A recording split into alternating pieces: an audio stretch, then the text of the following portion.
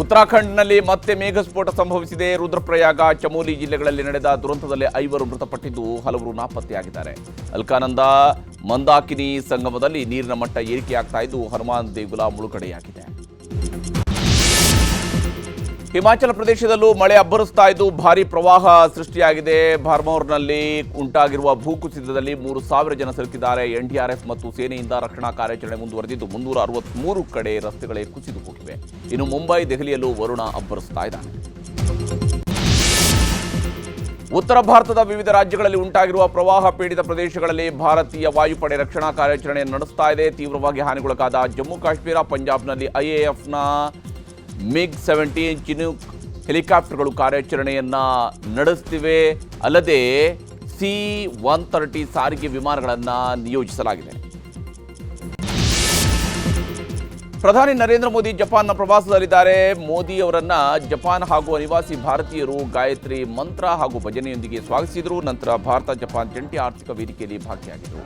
ಶೀಘ್ರದಲ್ಲೇ ಭಾರತ 3ನೇ ಆರ್ಥಿಕ ಶಕ್ತಿಯಾಗಲಿದೆ. ಅಲ್ಲದೆ ಭಾರತದ ಅಭಿವೃದ್ಧಿ ಪ್ರಯಾಣದಲ್ಲಿ ಜಪಾನ್ ಪ್ರಮುಖ ಪಾಲುದಾರ ಎಂದು ಶ್ಲಾಘಿಸಿದರು.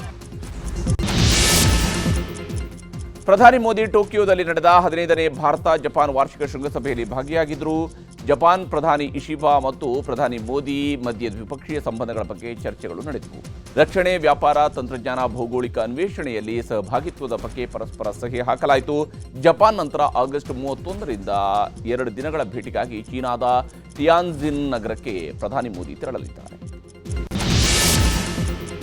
ಪ್ರಧಾನಿ ಮೋದಿ ಅವರ ಜಪಾನ್ ಪ್ರವಾಸಕ್ಕೆ ಕಾಂಗ್ರೆಸ್ ಟೀಕಾ ಪ್ರಹಾರವನ್ನು ನಡೆಸಿದೆ. ಪ್ರಧಾನಿ ಮೋದಿ ಹಿಂಸಾಚಾರ ಪೀಡಿತ ಮಣಿಪುರ ರಾಜ್ಯವನ್ನು ನಿರ್ಲಕ್ಷಿಸಿದ್ದಾರೆ. ಮಣಿಪುರಕ್ಕೆ ಭೇಟಿ ನೀಡದೆ ಜಪಾನ್ ಹಾಗೂ ಚೀನಾಗೆ ತೆರಳಿದ್ದಾರೆ ಎಂದು ಕಾಂಗ್ರೆಸ್ ಪ್ರಧಾನ ಕಾರ್ಯದರ್ಶಿ ಜಯರಾಮ್ ರಮೇಶ್ ಕಿಡಿಕಾರಿದ್ದಾರೆ.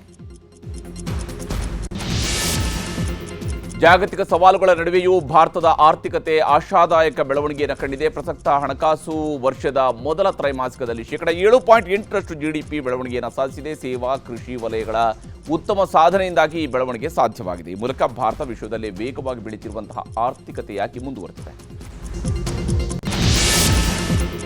ಸರ್ಕಾರ ಮತ್ತು ವಿಪಕ್ಷ ಸದಸ್ಯರ ನಡುವೆ ಅನುದಾನ ಸಮರ ಮುಂದುವರೆದಿದೆ. ಸರ್ಕಾರದ ವಿರುದ್ಧ ಆಕ್ರೋಶ ಹೊರಹಾಕಿರುವ ಶಿಡ್ಲಘಟ್ಟ ಜೆಡಿಎಸ್ ಶಾಸಕ ರವಿಕುಮಾರ್ ಕಾಂಗ್ರೆಸ್ ಶಾಸಕರಿಗೆ 25 ಕೋಟಿ ರೂಪಾಯಿ ಅನುದಾನ ಕೊಡ್ತಿದ್ದಾರೆ. ಆದರೆ ಜೆಡಿಎಸ್ ಮತ್ತು ಬಿಜೆಪಿ ಶಾಸಕರಿಗೆ 10 ರಿಂದ 12 ಕೋಟಿ ರೂಪಾಯಿ ಮಾತ್ರ ಕೊಡ್ತಾ ಇದ್ದಾರೆ.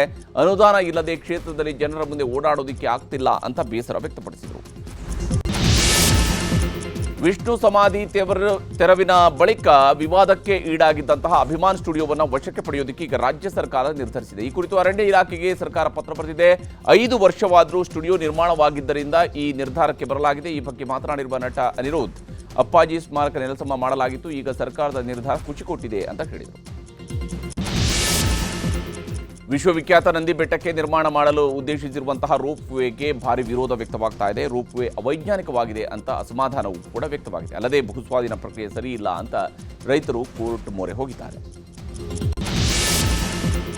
ಚಿಕ್ಕಬಳ್ಳಾಪುರ ಜಿಲ್ಲೆ ಚಿಂತಾಮಣಿಯಲ್ಲಿ ಹಂದಿ ಜ್ವರ ಪತ್ತೆಯಾಗಿದೆ. ಹೀಗಾಗಿ ಹೆಬ್ರಿ ಗ್ರಾಮದಲ್ಲಿ 78 ಹಂದಿಗಳನ್ನು ಜಿಲ್ಲಾಡಳಿತ ಕಲ್ಲಿಂಗ್ ಮಾಡಿದೆ. ಇನ್ನು ಸೋಂಕಿನಿಂದ ಸತ್ತ ಹಂದಿಗಳನ್ನು ಮಾಲೀಕ ಕೆರೆಗೆ ಬಿಸಾಡಿದ್ದಾನೆ. ಕೂಡಲೇ ಸ್ಥಳಕ್ಕೆ ಬಂದಂತಹ ಅಧಿಕಾರಿಗಳು ಹಂದಿ ಕಳಿಬರಿಗಳನ್ನು ತೆರೆದು ಫಾರ್ಮ್ ಮಾಲೀಕನ ವಿರುದ್ಧ FIR ಅನ್ನು ದಾಖಲಿಸುವುದಕ್ಕೆ ಸೂಚನೆಯನ್ನು ಕೊಟ್ಟಿದ್ದಾರೆ.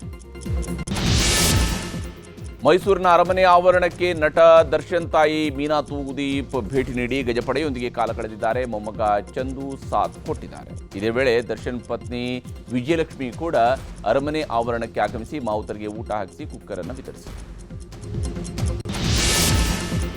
ರಿಲಯನ್ಸ್ ಇಂಡಸ್ಟ್ರೀಸ್ ಸಮೂಹ ಸಂಸ್ಥೆಗಳ 48ನೇ ವಾರ್ಷಿಕ ಜನರಲ್ ಸಭೆ ನಡೆಸಲಾಗಿದೆ. ಮಹಾಸಭೆಯನ್ನು ಉದ್ದೇಶಿಸಿ RIL ಸಮೂಹ ಸಂಸ್ಥೆಗಳ CMD ಮುಖೇಶ್ ಅಂಬಾನಿ ಅವರು ಮಾತನಾಡಿದರು. ಭಾರತದ ಸಮೃದ್ಧಿ ಮತ್ತು ಸುರಕ್ಷತೆಗೆ ರಿಲಯನ್ಸ್ ಸದಾ ಕೆಲಸ ಮಾಡುತ್ತೆ.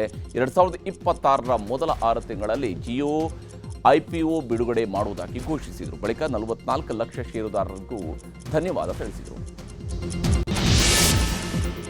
ಯೆಮೆನ್ ರಾಜಧಾನಿ ಸನಾ ಮೇಲೆ ಇಸ್ರೇಲ್ ಭಾರೀ ವೈಮಾನಿಕ ದಾಳಿಯನ್ನು ನಡೆಸಿದೆ. ಈ ದಾಳಿಯಲ್ಲಿ ಇರಾನ್ ಬೆಂಬಲಿತ ಹೌತಿ ಪ್ರಧಾನಮಂತ್ರಿ ಅಹ್ಮದ್ ಅಲ್ ರಹಾವಿ ಸಾವನ್ನಪ್ಪಿದ್ದಾನೆ. ಅಲ್ಲದೆ ಹೌತಿ ರಕ್ಷಣಾ ಸಚಿವರು ಸೇರಿದಂತೆ ಉನ್ನತ ಮಿಲಿಟರಿ ಅಧಿಕಾರಿಗಳು ದಾಳಿಯಲ್ಲಿ ಸಾವಿಗೀಡಾಗಿದ್ದಾರೆ.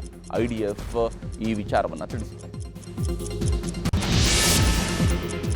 ಕಾಂಬೋಡಿಯಾದೊಂದಿಗಿನ ಗಡಿ ವಿವಾದಕ್ಕೆ ಸಂಬಂಧಿಸಿದಂತೆ ಪ್ರಧಾನಿ ಫೆಟೋಂತಾರ್ನ್ ಶಿನವಾತ್ರ ಮತ್ತು ಅವರ ಸಂಪುಟವನ್ನು ಥಾಯ್ಲೆಂಡ್ ಸಾಂವಿಧಾನಿಕ ಕೋರ್ಟ್ ವಜಾ ಮಾಡಿದೆ. ಜೂನ್ನಲ್ಲಿ ಕಾಂಬೋಡಿಯಾ ಮಾಜಿ ಪ್ರಧಾನಿ ಹನ್ ಸೇನ್ ಜೊತೆ ಫೋನ್ನಲ್ಲಿ ಮಾತುಕತೆ ನಡೆದಿತ್ತು. ಈ ಆಡಿಯೋ ಸೋರಿಕೆಯ ಬೆನ್ನಲ್ಲೇ ಕೋರ್ಟ್ ಪ್ರಧಾನಿ ಹುದ್ದೆಯಿಂದಲೇ ವಜಾಗೊಳಿಸಿದೆ. ಪೋಲೆಂಡ್ನಲ್ಲಿ ಏರ್ ಶೋ ರಿಹರ್ಸಲ್ ವೇಳೆ ಭಾರೀ ದುರಂತ ಸಂಭವಿಸಿದೆ. ಏರ್ ಶೋ 2025ರ ಪೂರ್ವಾಭ್ಯಾಸದ ವೇಳೆ F-16 ಫೈಟರ್ ಜೆಟ್ ಪತನಗೊಂಡಿದೆ. ರನ್ವೇಗೆ ಬಿದ್ದು ಬೆಂಕಿಗೆ ಆಹುತಿಯಾಗುವಂತಹ ದೃಶ್ಯ ಭಯಾನಕವಾಗಿದೆ.